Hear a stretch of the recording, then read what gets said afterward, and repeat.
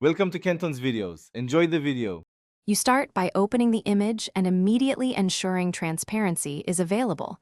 You need an alpha channel, so erased pixels become transparent.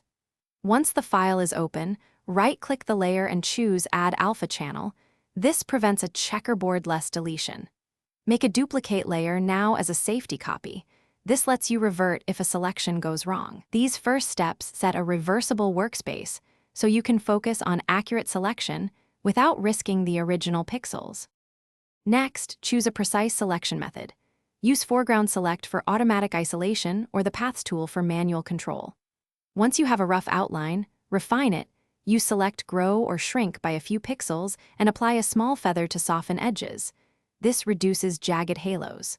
If details remain, toggle Quick Mask and paint with a brush to add or remove areas. This visual overlay helps you fix hair and soft edges. Make sure to convert the result back to a standard selection when satisfied.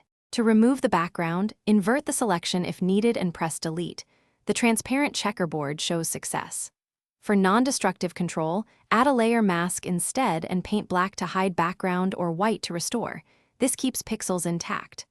Once trimmed, inspect edges at 100% and use the smudge, blur, or a small eraser to clean fringe. If things go wrong, make sure the layer has an alpha channel and reopen your backup layer or undo to refine the selection before final export. Thanks for watching. Consider subscribing if we helped you.